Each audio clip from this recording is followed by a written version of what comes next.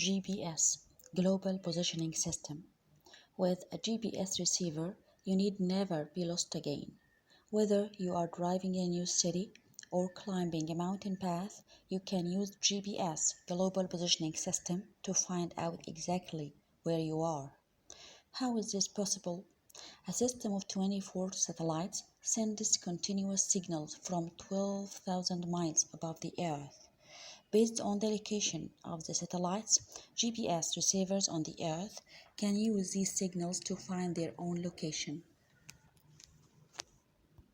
In slide number 3, showing how GPS system works. We can see satellites sending signals to GPS receivers on the Earth. What are the GPS receivers on the Earth that we can see? We have a ship, a car, a forest, a receiver in a certain point. In slide number 4, we can see a satellite in its orbit, located about 12,000 miles above the Earth. GPS had its beginnings in the 1940s when the United States military developed a navigation system using radio signals from different ground locations. However, because the signals were easily interrupted or lost, the system did not always work. American scientists realized they might be able to use satellites to send signals after 1957, when the Soviet Union launched a Sputnik first, the first man-made satellite.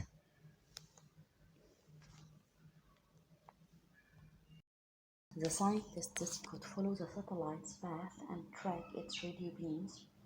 It occurred to them that they could calculate the exact position of the satellite using their exact location on the Earth. Using the same logic, they also realized that if they knew the exact location of the satellite, they could calculate their own position on the Earth. A system using signals sent from satellites was clearly the solution for global navigation. The first such system was developed by the US Navy in the 1960s. It sent signals from 5 satellites and was used mainly by military ships and airplanes. However, with only 5 satellites, it was not always possible to get a signal everywhere on the globe. Here in slide 8, we can see a ship station works as a center in the middle of an ocean, receiving signals from the satellites and sending them to aircraft or other ships in nearby locations. This meant ships or planes could not depend on the system in emergency situations, in war or in bad weather. More satellites and better signals were needed. After years of research, the first GPS satellite was launched in 1978. 10 more had been launched by 1989, and a complete set of 24 satellites were in orbit by 1994.